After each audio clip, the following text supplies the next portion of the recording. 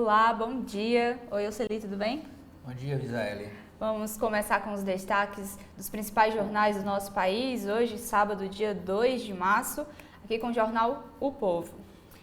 O jornal destaca que cresce busca de contas bancárias para menores de idade. Agora sobre o PIB. Alta de 2,9% do PIB coloca o Brasil na 9ª posição em ranking de maiores economias. Haddad afirma que PIB veio acima do que esperávamos. Agora uma notícia sobre uma vítima que pode perder glúteo após uma harmonização de bumbum em clínica clandestina aqui na capital. A gente vem acompanhando esse caso aí dessa mulher que fez esse procedimento estético numa clínica clandestina aqui em Fortaleza. Já sobre as eleições, Vitor Valim adoece e reunião para definir candidato em Caucaia é adiada. Ainda sobre política, Camilo espera a aprovação do novo ensino médio no primeiro semestre. E agora, voltando ainda sobre as notícias da segurança pública do caso dos 2 fugitivos de Mossoró, os fugitivos foram vistos novamente em uma cidade próxima à divisa com o Ceará. E partido do prefeito Sarto, PDT, planeja mega chapa com até 15 vereadores em Fortaleza para as eleições municipais deste ano.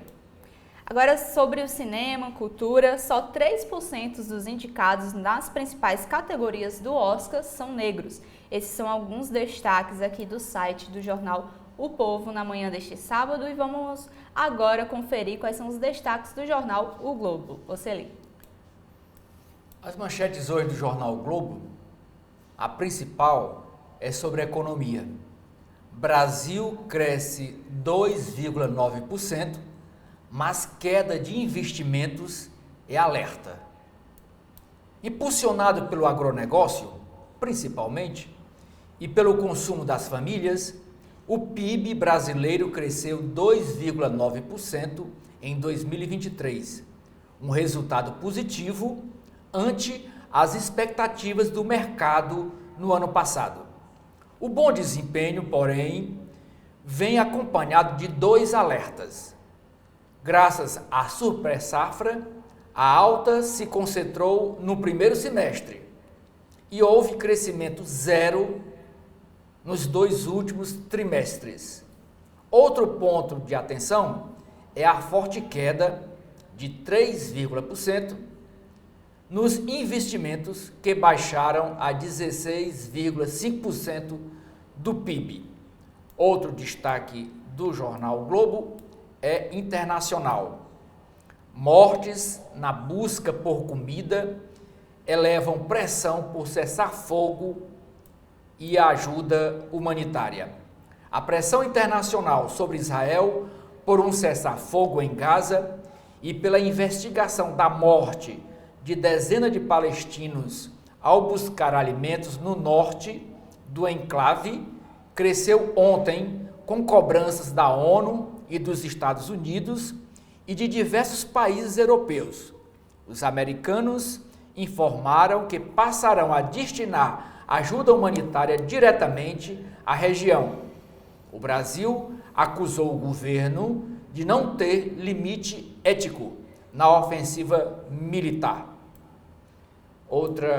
Outro destaque do Globo, dizendo que espionagem ilegal da ABIN fez relatório sobre urnas e monitorou pesquisadora.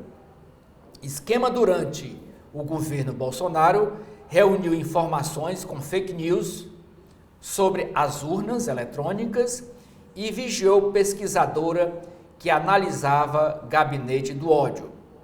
O Rio de Janeiro pode voltar a ter bolsa de valores depois de 2 décadas. Projeto capitaneado pelo Fundo Mubadala prevê início das operações no fim de 2025.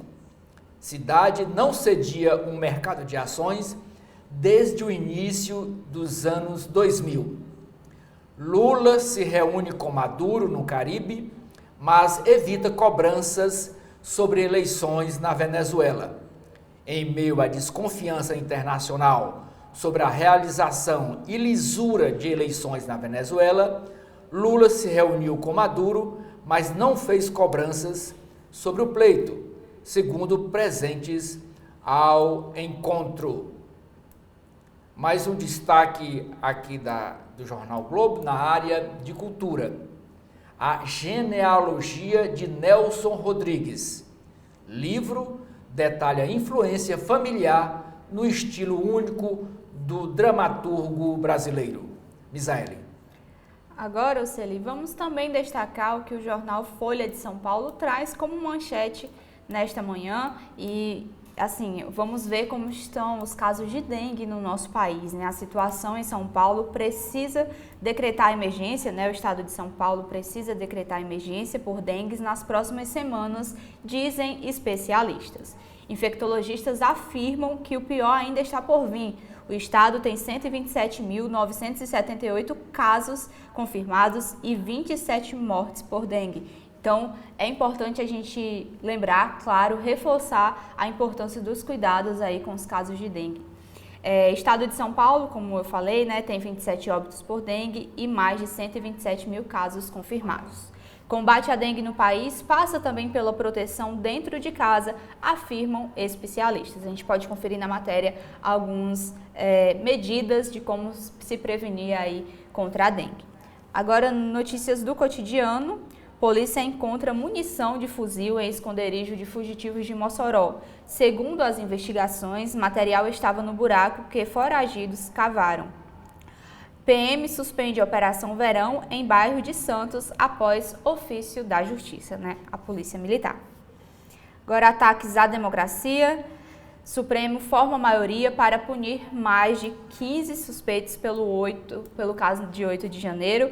Ex-chefe do Exército depõe a Polícia Federal por 7 horas sobre planos golpistas. E aqui na Folha de São Paulo, o jornal também traz as últimas 24 horas em 4 notícias, que são falando ainda sobre o PIB do Brasil, que fecha em 2023 com uma alta de 2,9%, como o Oceli falou também, né? Hoje os destaques aí dos principais é esse resultado do PIB. E diz também que a economia do Brasil fica estagnada no segundo semestre. Encontrar comida é nossa maior batalha em Gaza, diz Palestina em Rafah. Funeral de Alexei Navalny em Moscou ocorre sob temor de repressão do governo Putin. Aí já uma notícia internacional. E para finalizar com futebol, Dorival chama São Paulinos, Rafael e Pablo Maia na primeira convocação. Esses são os destaques do site hoje do jornal Folha de São Paulo. E vamos voltar com o Oceli para destacar aí as principais manchetes do jornal O Estado de São Paulo. Oceli. A principal manchete do Estadão é econômica. PIB sobe 2,9%, mas investimento cai e pode travar avanço maior. A economia brasileira ficou estagnada no último trimestre de 2023, mas graças a um bom desempenho nos meses anteriores, terminou o ano, o primeiro do terceiro mandato do presidente Luiz Inácio Lula da Silva, com crescimento de 2,9% do Produto Interno Bruto, o PIB, ante 3% em 2022. Maior do que a projetada no começo do ano, a alta foi puxada pela agropecuária, que registrou avanço de 15,1%. Pressionada pela política de juros, a taxa de investimento teve queda de 3% e ficou em 16,5% do PIB, abaixo da registrada em 2022. Isso levanta dúvidas sobre a capacidade do país de sustentar o crescimento. Como o agro deverá crescer com menor vigor este ano, a mediana das previsões do mercado aponta para uma elevação de 1,8% do PIB em 2024. O segundo maior destaque do Estadão é sobre o enterro, o funeral do opositor russo, dizendo que multidão vai a enterro do opositor russo e polícia prende mais de 60. O funeral de Alexei morto há 2 semanas em colônia penal no Ártico, reuniu no sudoeste de Moscou milhares de críticos do regime russo que gritaram não à guerra e Rússia sem Putin. Várias igrejas se recusaram a fazer o funeral. Outro destaque do Estadão diz que Europa critica trato de Israel a civis em Gaza. Estados Unidos jogarão ajuda de aviões. Alemanha, França e Inglaterra exigiram de Israel investigação independente após mais de 100 palestinos morrerem em fila para receber comida. Na área de saúde, o Estadão destaca que número de adultos obesos cresce 350% desde 1990 e chega a 1 milhão no mundo. Taxa de obesidade mais do que dobrou entre mulheres e quase triplicou entre os homens. Entre as crianças, o aumento foi de 303%. Misaele. Então, Oceli, esses foram, né, os principais destaques do nosso país. Hoje a gente pôde perceber que os noticiários, né, estão aí repercutindo os resultados da nossa economia, do PIB, esse crescimento de 2,9%, os casos de dengue e também ainda sobre o caso dos fugitivos de Mossoró. Então, esses são os 3 principais destaques e a gente continua acompanhando essas investigações, essas notícias e traz todas as atualizações para vocês aqui nos nossos boletins durante o dia. E agora vamos aos comentários do Edson Silva. Muito bem. Essa manchete do jornal O Povo que diz que Vitor Valim, prefeito de Caucaia, adoeceu, então não houve uma reunião que definiria o candidato dele à sua sucessão. Nada disso. Se fosse pelo fato de ele adoecer e não ter a escolha do candidato, aí não ia ter candidato. Nada disso. O problema de Caucaia é que ele está atrelado ao PT de Fortaleza. Estão querendo que Luiziane Lins, que hoje realmente está praticamente derrotada na disputa interna do partido para sair candidata a prefeita de Fortaleza, querem convencer Luiziane a indicar uma pessoa da sua confiança para disputar a prefeitura de Caucaia, prometendo a ela que todos os esforços serão desenvolvidos para a eleição desse candidato, a partir da participação efetiva na campanha do ex-governador Camilo Santana, do governador Eumano de Freitas, do próprio prefeito Vitor Valim e 23 dos 25 vereadores de Caucaia para apoiarem esse candidato, que no caso poderia ser o Valdemir Catânio, que é o primeiro amigo de Luiziane.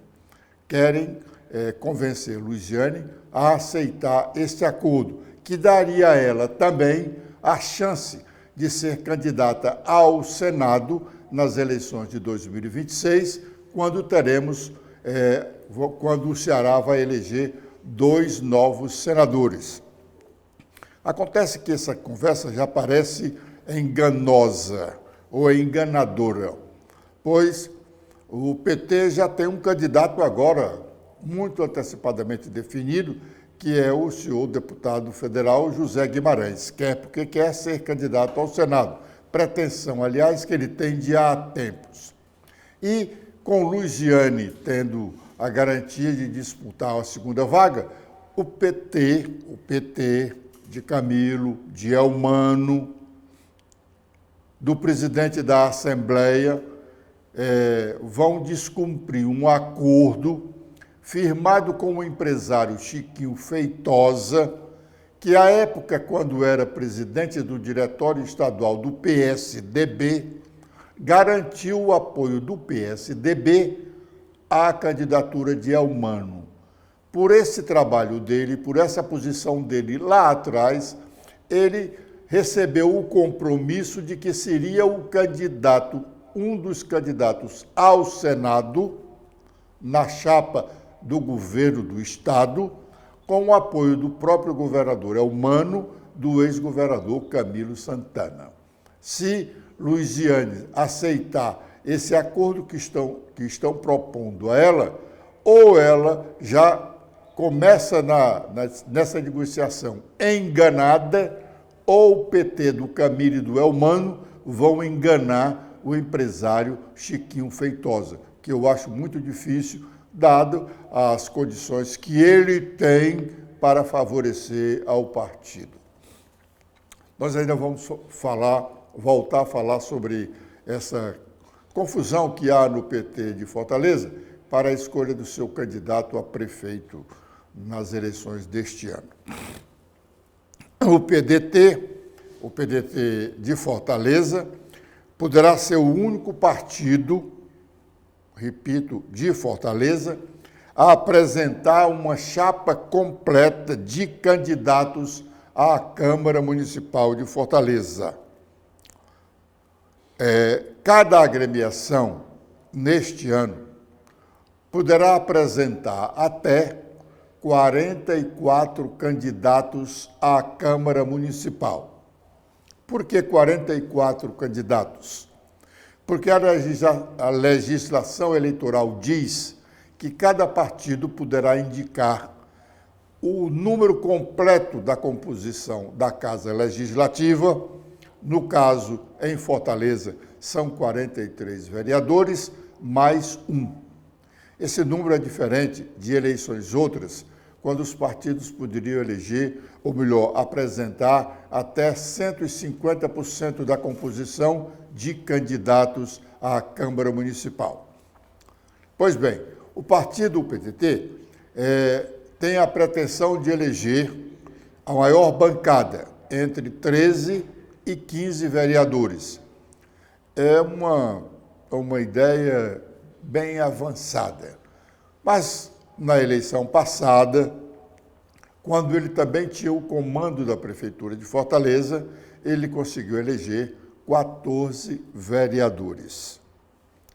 Neste ano, a contagem para a composição da Casa Legislativa Municipal é diferente da que aconteceu na última eleição em 2020. Porque o Tribunal Superior Eleitoral, com base na legislação eleitoral, baixou resoluções definindo a eleição dos candidatos. O coeficiente eleitoral é o norteador principal. O que é o coeficiente eleitoral?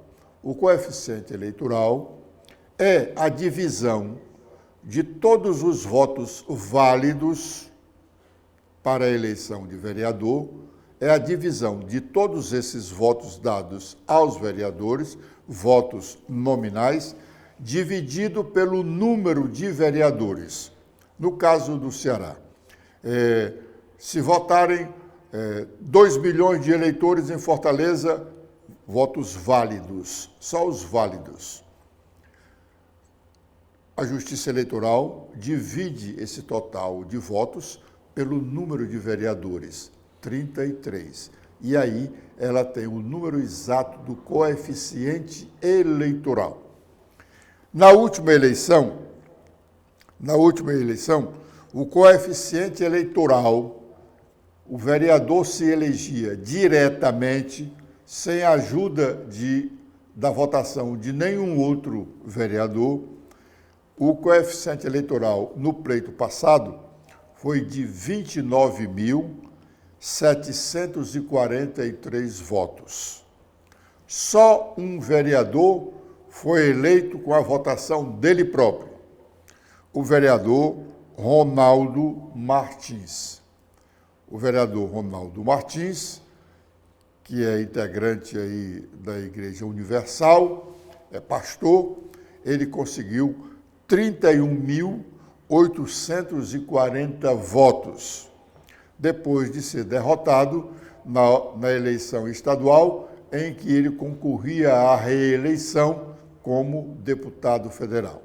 Pois bem, só o vereador Ronaldo Martins, em Fortaleza, conseguiu os votos dele próprio, conseguiu a votação para superar o coeficiente eleitoral.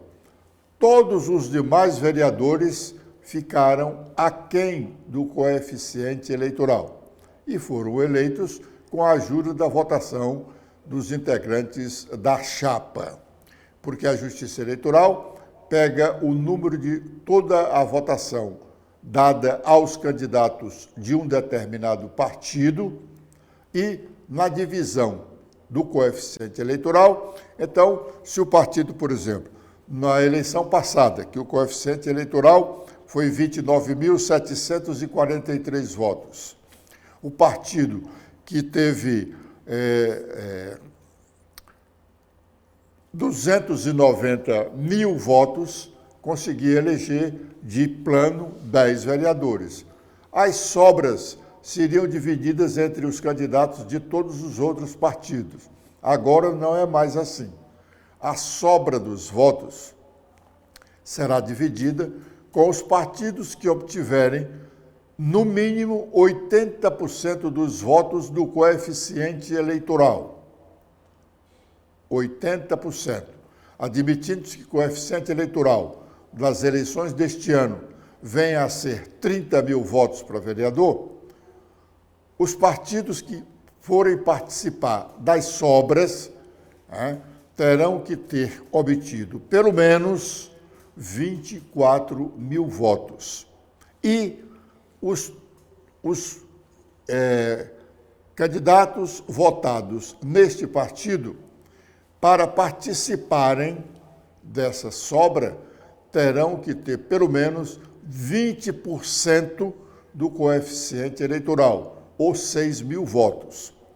De forma que um partido que tenha conseguido aí 200 mil votos, que poderia eleger aí 8, 7 vereadores, então ele só elegerá esses 7 vereadores se os 7 mais votados dele, se os 7 mais votados desse partido tiverem, pelo menos cada um, 80% do coeficiente eleitoral.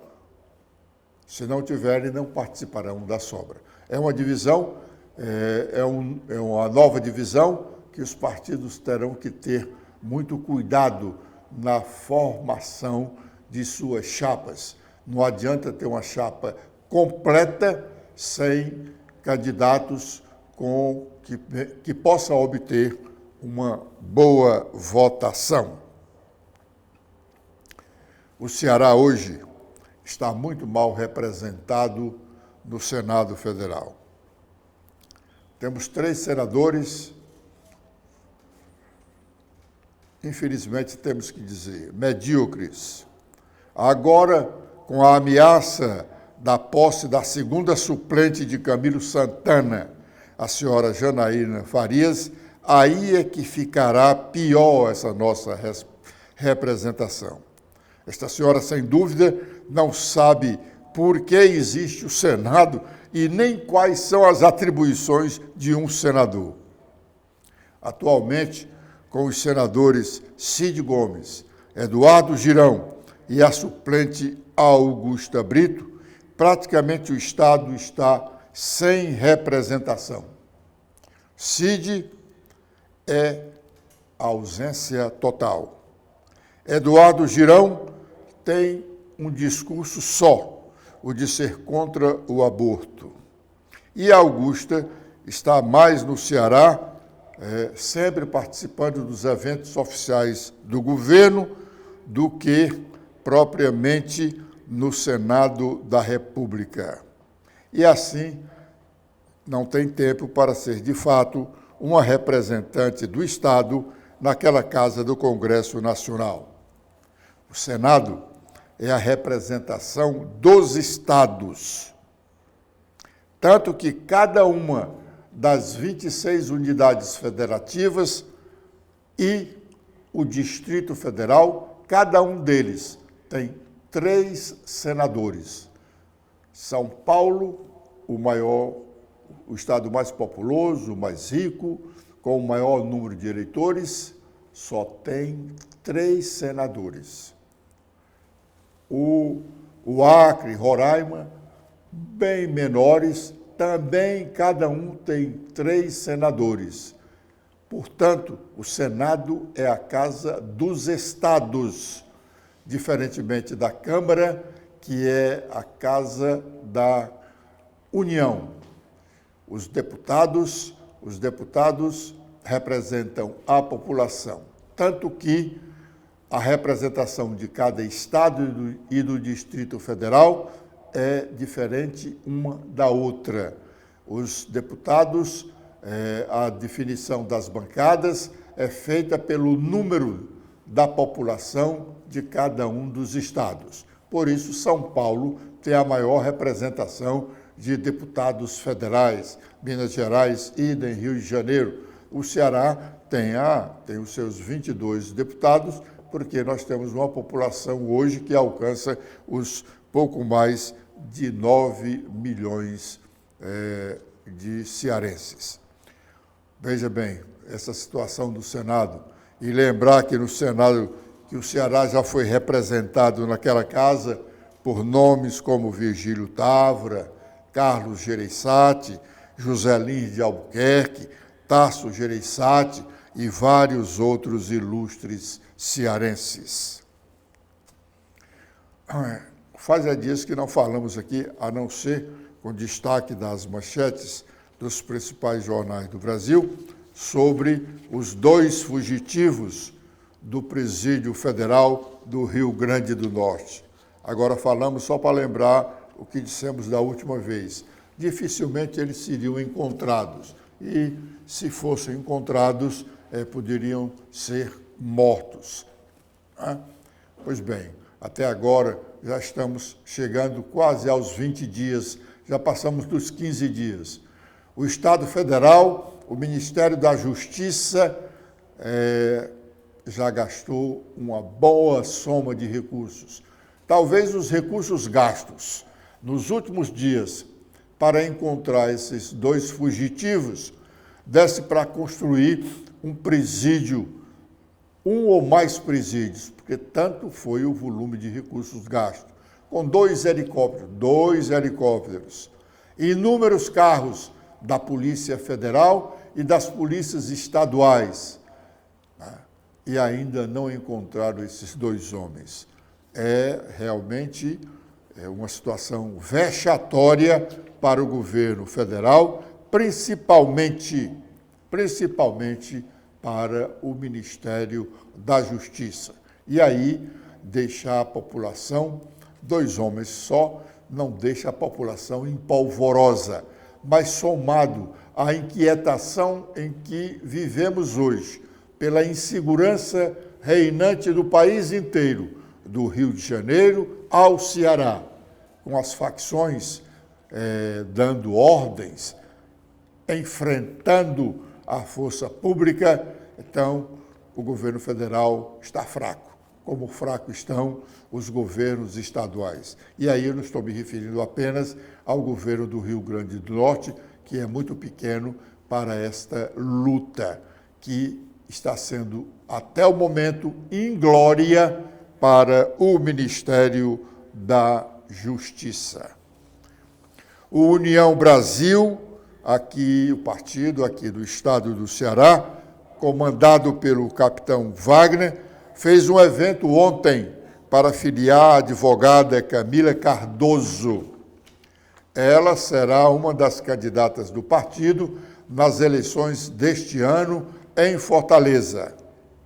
Se a agremiação não fizer uma aliança com um partido outro que possa indicar o candidato a vice do capitão Wagner, na disputa pela sucessão do prefeito José Sarto, Camila, que ficou conhecido em disputas eleitorais anteriores como a Camila com K, para se diferenciar de Camilo, que era também candidato ao Senado e foi eleito, será o nome para vice na chapa do capitão Wagner. No ato de ontem, ela foi uma das oradoras. Vamos ouvi-la. Wagner já estava conversando comigo há bastante tempo, outros partidos também, mas foi na União Brasil que eu identifiquei um partido mais forte, uma bancada mais forte, uma possibilidade de realmente construir e ter visibilidade no meu trabalho. Já vinha construindo isso com o Wagner há bastante tempo, a gente tem uma relação realmente pessoal, acredito no Wagner, acredito na potência dele. Então, nada mais justo de hoje concretizar essa filiação, mas pensando sempre na causa. Eu acho que eu cheguei na política de uma forma muito positiva em 2020 como vice-prefeita, em 2022 como senadora, mas principalmente para convocar toda a nossa capital para tornar Fortaleza a capital da inclusão. Temos mais de 300 mil pessoas com deficiência em Fortaleza, várias crianças aguardando laudo de autismo. Espero, fica nas mãos do povo de Fortaleza que eu realmente consiga mostrar o tamanho da nossa causa. Muitos desafios na minha vida. Eu sou uma mãe realmente aguerrida, o Caio me trouxe vários desafios, sou uma advogada destemida, tenho muito orgulho da minha história que me trouxe até aqui. Eu não chegaria se eu não tivesse superado tantos desafios, mas eu tenho muita humildade para reconhecer que eu entro no trabalho como todos que estão no União Brasil. Não tenho responsabilidade de ser puxadora de votos, eu tenho responsabilidade de ajudar o meu grupo. Então, quantos votos eu receber, serei muito grata, mas espero contribuir da forma mais positiva possível. Quando o Wagner me convidou, estarei em breve, a gente vai fazer um pré-lançamento aí, assumindo a presidência do União Mulher aqui em Fortaleza. Acho que é nada mais justo, nada mais coerente, a gente vem construindo esse trabalho de mulheres na política. Hoje eu estava ali numa bancada, você vê que bastante homens, graças a Deus chegou a Mayra ali para somar, mas o universo político ele é muito masculino. Então, quando a gente vê uma mulher disputando, concorrendo a chapas majoritárias, como eu já estive em 2020, 2022, nada mais justo. E eu acho que eu venho para somar. Hoje a gente estava com várias mulheres aí pré-candidatas a vereadora também pela União Brasil. Isso demonstra que nós estamos unidas. Quanto maior for a bancada, eu não consigo chegar sozinha. Então, quanto maior for a bancada, melhor for a bancada, positivo para positivo. Bom, o capitão Wagner encerrou essa solenidade de ontem, de filiação da Camila, que realmente foi bem movimentada. Vamos ouvir o que disse o capitão.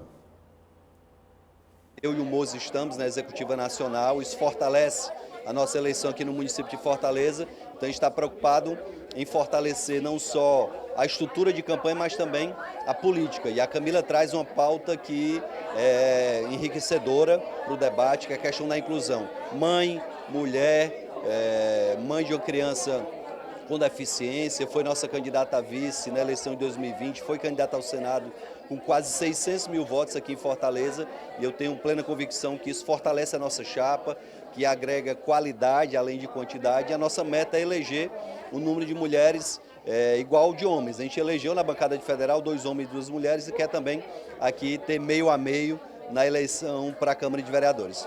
A nossa intenção é lançar pelo menos 30 candidatos a prefeito nessa eleição. Aqui na região metropolitana, a União está muito forte, em Caucaia com Deusinho, Fortaleza com meu nome, Maracanaú Roberto, Maranguape Jorge Valentim, em Pacatuba tem a Larissa, lá em Pacaju tem o Adilson das Casas, lá em Sobral também o Moses ou o Oscar e vários outros municípios. Então, a perspectiva é lançar pelo menos 30 candidatos majoritários para eleger 15 prefeitos e com isso a União Brasil se fortalecer a nível de estado de Ceará. Olha, a gente teve uma votação ontem que foi unânime, né? Quem convocou a convenção foi o presidente Bivar, que é presidente hoje ainda do partido, o mandato dele vai até o mês de maio, o Rueda assume a partir de junho deste ano, então a gente está muito tranquilo de que tudo transcorreu na maior legalidade. Se tiver algum questionamento judicial, isso será enfrentado sem qualquer dificuldade, mas o mais importante, a votação foi unânime, a chapa do Rueda teve todos os votos, então isso mostra unidade no partido. Inclusive o ACM brincou, antigamente chamava o nosso partido de desunião a nível nacional, hoje realmente a gente está unido, está focado, não só nesse pleito de 2024, mas nos projetos futuros para a União Brasil. Eu deixei a Secretaria de Saúde no último dia 29 de fevereiro. A partir de agora, a nossa missão é organizar o partido a nível de estado, é organizar e planejar a nossa pré-candidatura aqui no município de Fortaleza também.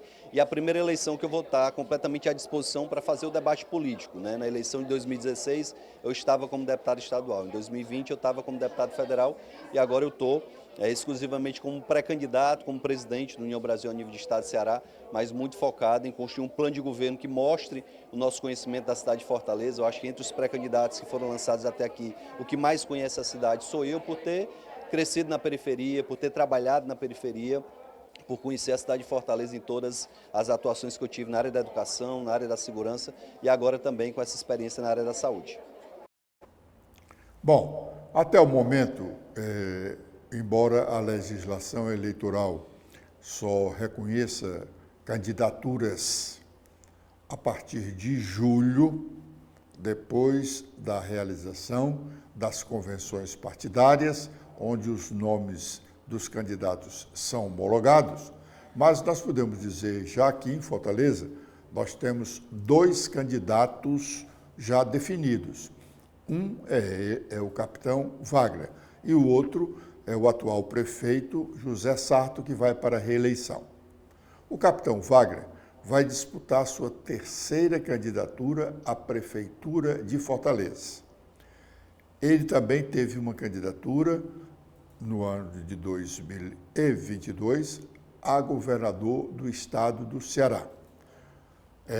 Portanto, ele vem perseguindo conseguir um mandato executivo. Ele já teve 2 mandatos legislativos, 3 mandatos legislativos. Foi vereador de Fortaleza, foi deputado estadual e foi também deputado federal. Nesta sua 3ª disputa, ele vai com uma garantia maior, porque o partido dele é um dos maiores partidos do país. Vai ter um bom volume de recursos do fundo eleitoral, não é o fundo partidário. O fundo partidário é o dinheiro que os partidos têm para a manutenção do partido. E o fundo eleitoral é um fundo que existe a cada eleição que os partidos recebem do governo federal para gastar na campanha eleitoral, óbvio, dos seus candidatos. E essa divisão desse fundo eleitoral, que é uma verba bem elevada, é dividida de acordo com o tamanho do partido. E como se mede o tamanho do partido? A Justiça Eleitoral mede o tamanho do partido pela sua representação na Câmara dos Deputados. Quanto mais deputados federais o partido tiver, maior ele é considerado. E aí, mais recursos ele tem para a campanha dos seus candidatos. O capitão Wagner, assim, vai ter uma boa soma de recursos para a sua campanha em Fortaleza.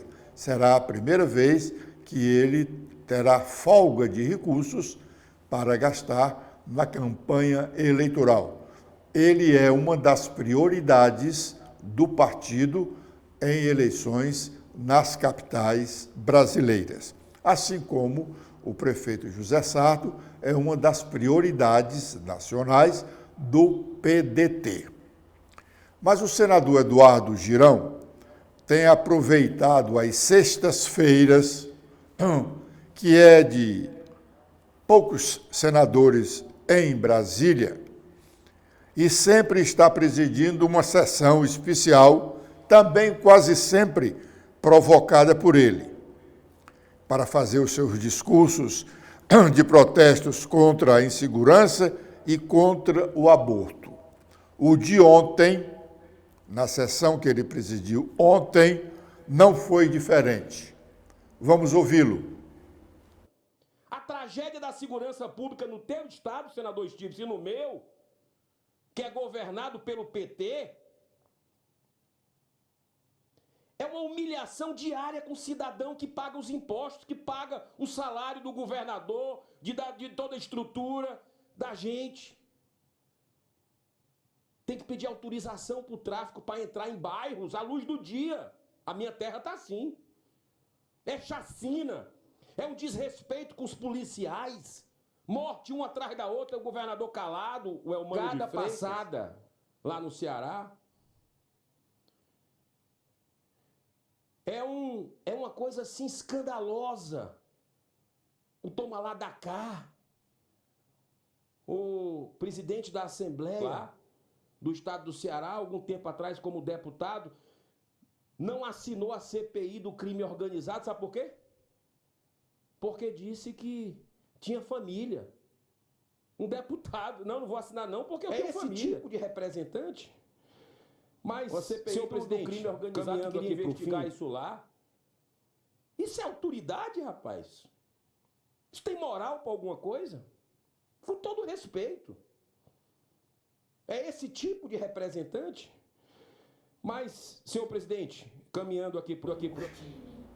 Bom, o senador Eduardo Girão anunciou que quer ser candidato a prefeito de Fortaleza. O presidente da Assembleia Legislativa também quer ser candidato a prefeito de Fortaleza. Portanto, eles são concorrentes nessa mesma disputa. E mais, o Eduardo Girão foi presidente de Fortaleza e é responsabilizado pelo sucesso que o time do Fortaleza tem hoje. E o Evandro Leitão, que é o presidente da Assembleia, foi presidente do Ceará. E hoje, pessoas ligadas a Luiziane Lins o responsabilizam pelo insucesso do Ceará Sporting Clube atualmente. Até a disputa de torcedores está influenciando ou vai influenciar na disputa pela Prefeitura de Fortaleza. Mas, abstraindo-se disso, a acusação que o senador Eduardo Girão fez aí agora contra o deputado Evandro Leitão é muito forte, porque ele chegou a dizer no curso do seu discurso que Evandro Leitão tinha se recusado a assinar um pedido de instalação de uma comissão parlamentar de inquérito para investigar essas facções criminosas que atuam no Ceará, sob a alegação de que ele era pai de família. Bom, razões há para qualquer pai de família, para qualquer cidadão, temer a influência das facções criminosas em Fortaleza. Razões há realmente. Nós estamos vivendo num momento de muita insegurança. Mas o homem público não tem esse direito. Ele não tem esse direito. Isso é um dos ônus, do cargo. O cargo de deputado estadual, de presidente da Assembleia, tem muitos bônus, mas também tem ônus, e este é um deles. A acusação do senador Eduardo Girão foi muito forte. Agora nós prometemos voltar a falar sobre essa disputa interna no PT para saber quem sai candidato do partido à Prefeitura de Fortaleza. Há poucos dias eu podia dizer, e disse, que Luiziane tinha vantagem e poderia ser a escolhida. Hoje já não digo mais. Aí você pode perguntar, por quê? Que incoerência? Não, não é incoerência. Na política tem dessas coisas. Hoje, o céu indica que está nublado e pode chover. Mais tarde, hoje mesmo, mais tarde, ele já está bem claro, dizendo que não vai haver chuva. Na política é assim. Um dia há uma realidade, no outro dia há uma outra realidade. Num dia, um candidato está muito bem, no outro dia não está. Ao final da campanha, pode termos um resultado bem adverso para aquele que estava em boa situação e favorável àquele que não tinha uma situação muito boa. A política é assim. Luiziane venceu Lula para ser candidata a prefeita de Fortaleza quando ela foi eleita. Ela venceu Lula e Lula estava na presidência da República há menos de 2 anos. Era o todo-poderoso, o ex-ministro José Dirceu.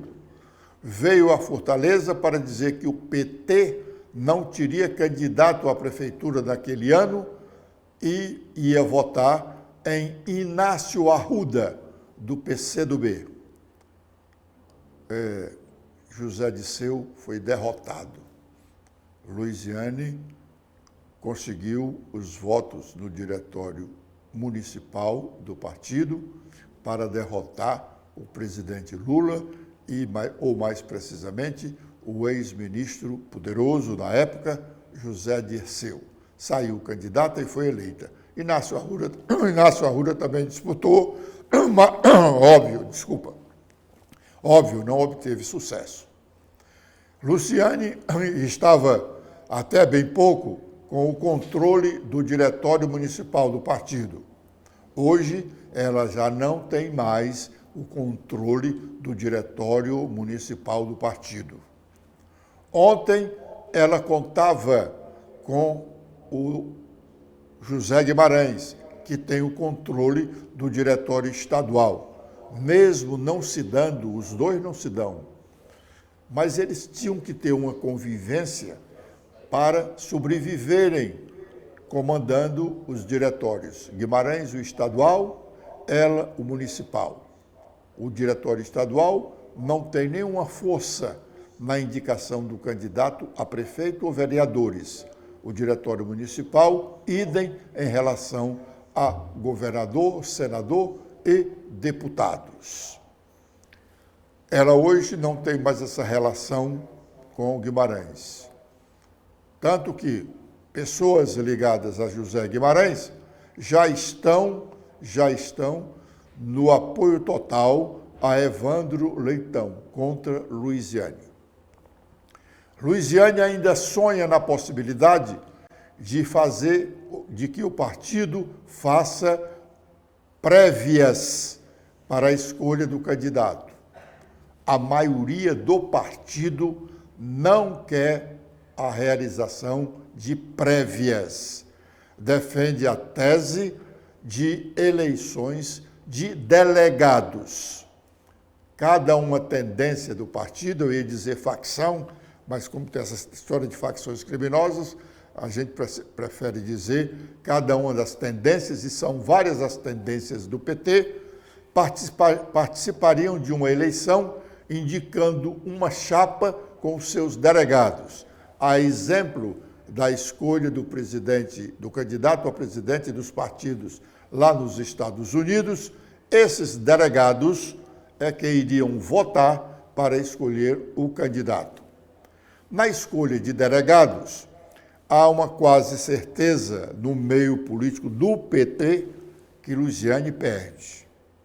Há uma dúvida quanto à possibilidade dela ter chances nas prévias, porque aí seria a massa filiada ao PT que iria votar.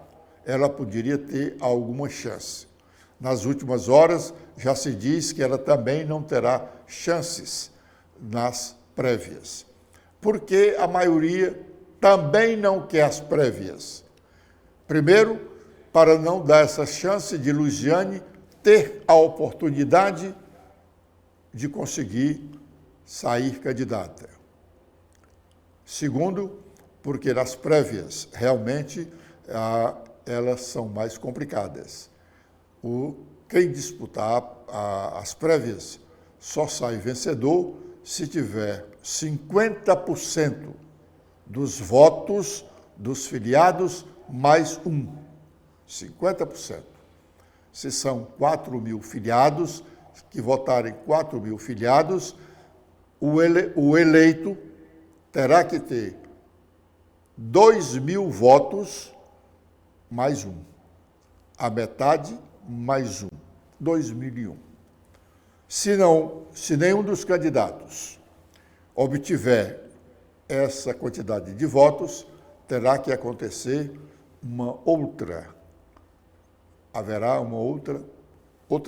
haverão outras prévias, e assim sucessivamente. E o partido diz, com essa disputa, nós podemos perder o calendário. O que está sendo articulado agora? Estão tentando convencer Luiziane que para ela e o partido é melhor que ela tenha garantido um lugar de candidato ao Senado nas próximas eleições, em 2026, quando o Ceará elegerá 2 senadores. E, além da garantia dessa vaga para disputar o Senado, ela teria a prefeitura de Caucaia. As pessoas que estão tentando convencer Luiziane estão garantindo que o nome dela já estará assegurado como eleito prefeito de Caucaia, porque eles alegam, não, nós vamos para dentro de Caucaia eleger o sucessor de Vitor Valim. Nós quem? Camilo Santana, Eumano de Freitas, outras lideranças do PT, mais o próprio Vitor Valim e 23 vereadores dos 25 da Câmara Municipal de Caucaia, dos 23 que apoiam Vitor Valim. Além do apoio da máquina do Estado e da própria máquina do município. Não se tem eleito de véspera. Não se tem eleito de véspera. E se Paes de Andrade, o ex-deputado federal Paes de Andrade, que presidiu a Câmara dos Deputados, estivesse vivo, ele ia confirmar esta afirmação, pois ele foi candidato a prefeito de Fortaleza, disputando com a Maria Luísa Fontinelli, foi dormir, certo de que estava eleito, porque as pesquisas feitas da campanha, nos últimos 3 dias, davam certas que ele estava eleito com uma margem boa de diferença para a sua concorrente, Maria Luísa Fontinelli. Qual surpresa não foi no dia seguinte à votação? Maria Luísa Fontinelli ganhou a eleição para prefeita de Fortaleza. Não se tem candidato eleito de véspera.